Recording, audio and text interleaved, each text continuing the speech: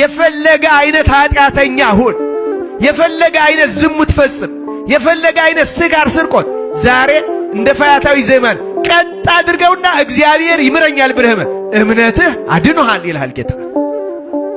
አይምርህም የሚል ሰይጣን ነው ወዳጄ። አይሰማህም የሚል ሰይጣን ነው። እግዚአብሔርማ ይሰማል። ክርስቲያኖች እና ተስፋ አትቁረጡ። በሥራ ይሁን በዓለማዊ ሕይወት ይሁን በተለይ በመንፈሳዊ ሕይወታችሁ ኃጢአት ያስቸገራችሁ ሰዎች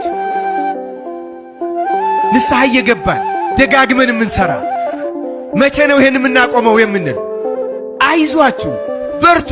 እግዚአብሔር ልንገራችሁ፣ ተስፋ ካልቆረጣችሁ እግዚአብሔር ያን ኃጢአታችሁን ከእግራችሁ በታች የሚጥልበት ቀን ይመጣል። ክርስቲያን ተስፋ አትቁረጡ።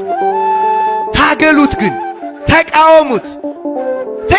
ያን ኃጢአት እግዚአብሔርን ለምኑት። አውጣኝ፣ ከዚህ ኃጢአት አውጣኝ፣ ይችን የዛገች ነፍሴን የቆሸሸች ነፍሴን ከዚህ አላቃት እያላችሁ ክርስቶስን ለምኑ። ክርስቲያን ተስፋ አትቁረጡ።